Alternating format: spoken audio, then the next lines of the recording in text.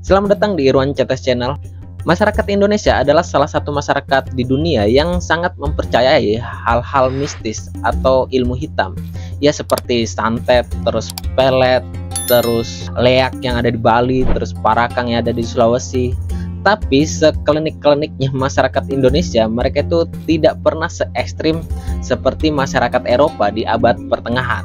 Ya, negara-negara yang katanya maju terus yang paling rasional nyatanya memiliki sejarah kelam tentang kepercayaan mereka terhadap ilmu hitam atau ilmu sihir, yang dimana kepercayaan mereka itu bisa memicu terjadinya perburuan dan pembantaian ratusan hingga ribuan orang-orang yang diduga sebagai penyihir. Ya, diduga, tidak ada bukti konkret, tidak ada bukti saintifik bahwa orang-orang yang dibantai ini adalah seorang penyihir.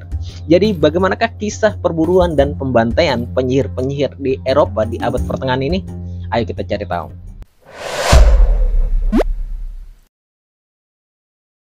Sebelum kita lanjut ke cerita pembantaian dan perburuan penyihir, sebaiknya kita memahami dulu bagaimana latar keadaan masyarakat Eropa di abad ke-14 dan abad 15. Nah, masyarakat Eropa pada waktu itu masih sangat mempercayai hal-hal mistis.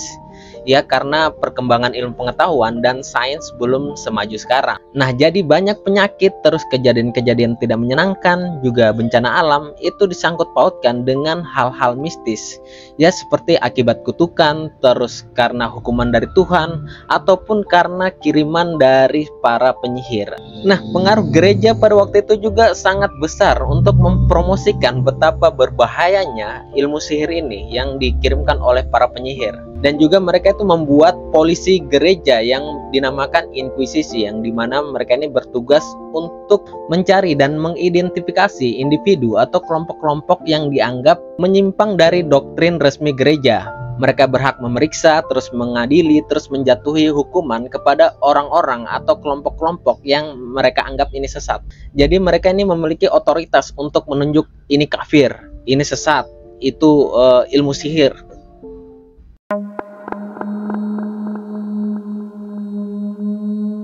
Nah, di tengah ketakutannya masyarakat Eropa dengan adanya penyihir ini, Paus Innocentius ke-8 itu mengirimkan dua inkuisitor yang bernama Heinrich Kramer dan juga James Sprenger untuk menyelidiki orang-orang yang dianggap penyihir bagi masyarakat. Nah, selama melakukan penyelidikan, mereka itu memiliki wewenang untuk mengadili juga menjatuhi hukuman pada orang-orang yang dianggap penyihir ini. Dan hukumannya itu bisa bermacam-macam ya. Ada yang penebusan dosa, ada yang dikenakan denda, ada yang diasingkan, bahkan banyak yang berakhir juga dengan hukuman mati. Nah, dari banyaknya orang-orang yang diduga penyihir ini, kebanyakan dari mereka itu perempuan. Nah, sebenarnya ada alasan khusus kenapa perempuan lebih banyak diduga sebagai penyihir pada masa itu. Yang pertama ada stereotype gender. Perempuan itu dianggap adalah makhluk yang lemah, jadi mereka itu rentan terkena godaan dari para iblis. Karena untuk menjadi seorang penyihir, mereka itu harus melakukan kesepakatan terhadap iblis untuk memiliki kekuatan sebagai penyihir. Terus juga karena peran sosial, ya di mana perempuan pada abad pertengahan itu sangat atau lebih memahami obat-obatan herbal ketimbang laki-laki. Nah, kemampuan ini itu menurut mereka nih cocok dengan deskripsi seorang penyihir, yang dimana seorang penyihir itu pintar membuat ramuan-ramuan yang bisa mencelakai orang. Terus juga kontrol sosial. Tuduhan penyihir seringkali digunakan untuk mengontrol atau menundukkan perempuan-perempuan yang terlihat mandiri atau yang sering menentang norma sosial. Jadi kalau pada waktu itu ada feminis-feminis yang menuntut kesetaraan gender, bisa-bisa mereka itu dipermasalahkan dan dianggap sebagai penyihir.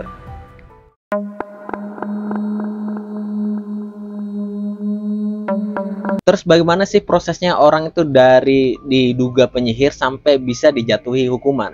Nah, yang pertama itu hanya berdasarkan dari tuduhan. Tuduhan ini bisa dari tetangga, terus masyarakat sekitar, terus pejabat sekitar, atau bahkan keluarga mereka sendiri bisa menuduh orang-orang ini sebagai penyihir. Terus dasar tuduhannya juga ini sebenarnya tidak jelas ya. Kadang itu cuma berdasarkan kecurigaan, terus karena dendam pribadi, atau karena ada sebuah penyakit yang tidak mereka ketahui yang melanda desa mereka.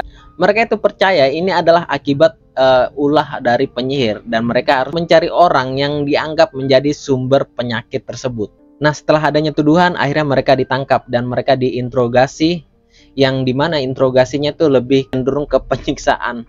Mereka diinterogasi dengan cara tangan diikat terus digantung, atau dengan metode waterboarding yang dimana mereka tuh diikat terus kepalanya ditutup kain lalu disiram air, diguyur terus menerus sampai mereka itu mengakui bahwa mereka itu penyihir. Nah, setelah dilakukan interogasi yang lebih ke penyiksaan, akhirnya mereka menjalani pengadilan. Nah, di pengadilannya juga buktinya itu cuma simpel, yaitu dari pengakuan dari si terduga dan juga kesaksian dari masyarakat, dan juga adanya tanda penyihir. Nah, tanda penyihir ini biasanya berupa tanda lahir atau benjolan-benjolan yang muncul di bagian tubuh manapun. Jadi apa kabar kalau ada orang Pompel pada waktu itu dituduh sebagai penyihir? Ya sudah pasti mereka akan dijatuhi hukuman karena sudah ada tanda tompelnya. Itu adalah tanda penyihir, kata mereka. Nah, setelah dilakukan pengadilan oleh otoritas gereja, terus bukti-buktinya mengarah ke kesimpulan mereka bahwa yang terduga ini adalah penyihir, terus mereka dijatuhi hukuman. Hukumannya itu bisa berupa pengasingan, bisa bayar denda, dan yang paling sering itu berakhir dengan hukuman mati. Nah, hukuman matinya yang paling sering digunakan itu dengan cara dibakar di tiang gantung. Terus juga mereka juga kadang dipenggal. Terus katanya kalau dibakar ini adalah sebuah bentuk pemurnian jiwa-jiwa yang berdosa karena selama hidup mereka itu menjadi penyihir.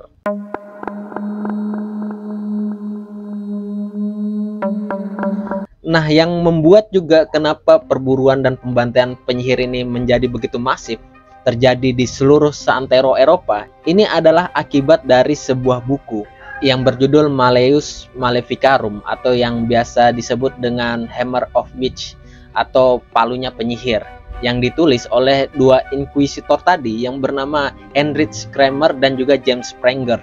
Nah, di dalam buku ini dijelaskan bagaimana cara mengidentifikasi, terus mengadili, serta menjatuhi hukuman kepada para penyihir ini. Jadi buku ini itu seperti panduan dasar bagaimana cara untuk mengenali penyihir dan juga bagaimana cara mengadilinya. Dan buku inilah yang membuat akhirnya perburuan dan pembantaian penyihir di Eropa itu jadi begitu masif. Bahkan sampai di koloni-koloni orang-orang Eropa di Amerika nantinya.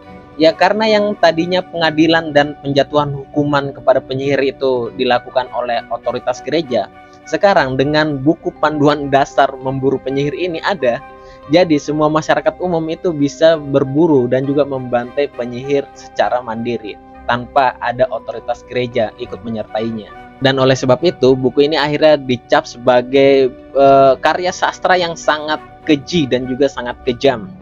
Karena dengan adanya buku ini itu bisa menjadi perburuan dan pembantaian penyihir di Eropa itu begitu masif sampai jumlahnya begitu banyak.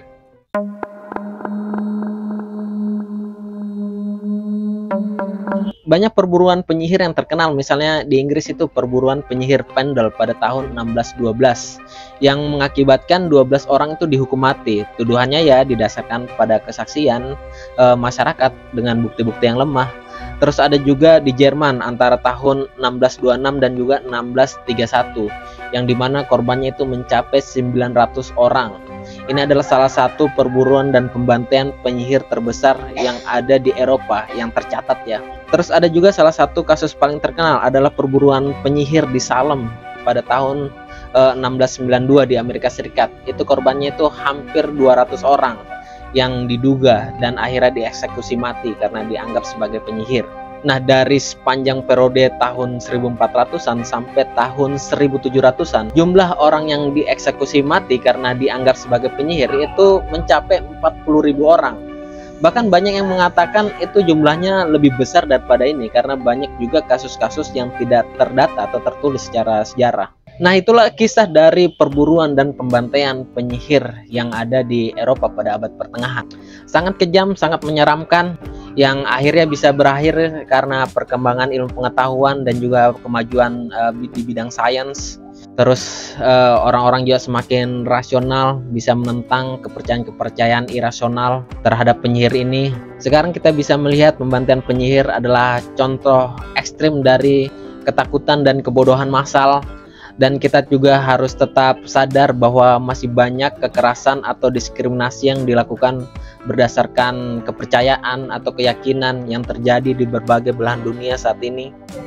Dan dengan kisah ini juga mengajarkan kita bahwa ketidaktahuan kadang mengantarkan kita ke jurang kebodohan yang akhirnya bisa meninggalkan akal sehat kita di belakang. Oke, sekian saja video kali ini. Terima kasih sudah menyimak. Saya Albus Dumbledore. Dadah.